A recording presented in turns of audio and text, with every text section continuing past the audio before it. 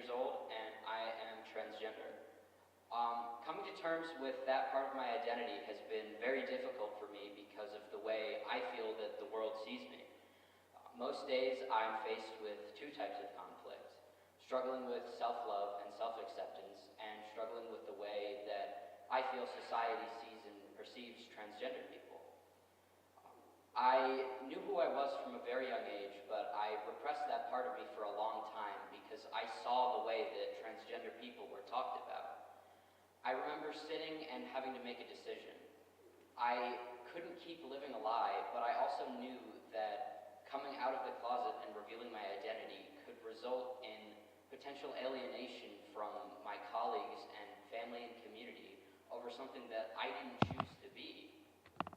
When the topic of transgender people is brought up, many people think of the debate surrounding gender-affirming care for minors. Gender-affirming care refers to any combination of social, legal, or medical measures that one can take to feel safe and happy in their gender identity. This could include socially transitioning, legally changing your name, or starting hormones, among other things. Parents want what's best for their children. And if I put myself in their shoes, I can understand how taking hormones, especially as a minor, might seem very scary.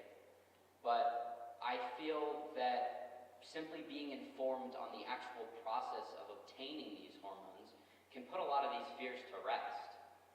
I think that people are under the misconception that as a teenager you can walk into a pharmacy and ask for hormones and just have them be given to you without any questions asked. I know from personal experience that this is definitely not the case. When I came out about 5 years ago, I underwent extensive psychological counseling and evaluations from medical professionals at the Children's Hospital of Philadelphia to professionally diagnose me with gender dysphoria and prescribe me hormones with parental permission. The process took several years and was not simple, which is something that many people are commonly misinformed about. Another huge component of these fears is that people don't understand how gender-affirming care saves lives. Research from Columbia University's Department of Psychiatry shows that when minors receive gender-affirming care, their levels of depression, anxiety, and suicidal ideation reduced significantly. For me, starting hormones was a lifesaver.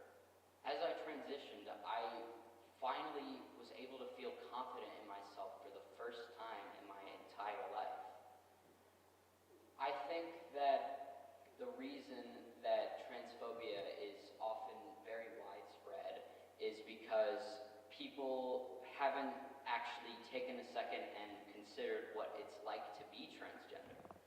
You wake up every day in a body that doesn't feel like your own, and you look in the mirror and just feel completely unhappy with how you look. And on top of feeling unhappy with yourself, you also have to listen to the way that other people talk about you. Many headlines like this are very common and are horrifying for people like me who just want to live our lives and be happy. You hear people talk about you like you're below them, and you hear them generalize you and reduce you to a label. It makes me feel less than human. So when I see these headlines in the news, it is heartbreaking to me because I see the amount of misinformation that is being spread about transgender people. Imagine growing up like this.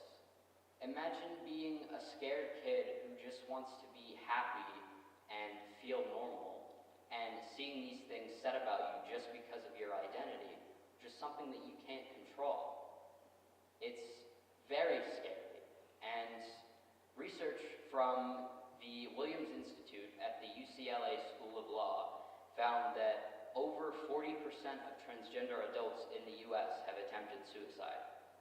Research from the Trevor Project shows that states who passed anti-trans legislature saw a 72% increase in the number of suicide attempts from transgender and non-binary youth. Research from UT Austin, however, it is important to know that you can make a significant difference in simple ways. For example, research from UT Austin in 2018 showed that transgender youths who could use their preferred names in the settings of school, work, home, and with friends had significantly reduced symptoms of severe depression, suicidal thoughts, and suicidal attempts.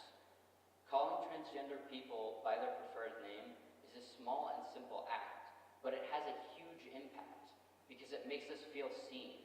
It makes us feel respected, and it makes us feel like we're human again. You can make that difference in someone's life.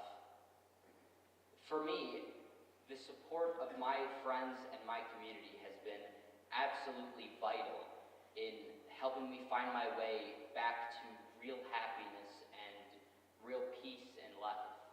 And I would not be where I am today without them. And the most important thing that my friends did for me was just to treat me like a regular person. They treated me just as they would treat any other boy. And they saw me for who I am, which is more than a label. Being trans is part of me, but it's not all that I am. I'm a musician, a comedian, a friend, a brother, and a son. And I'm a human being. So, the next time you see a headline about transgender people, I encourage you, please, put a face behind the headline. Thank you.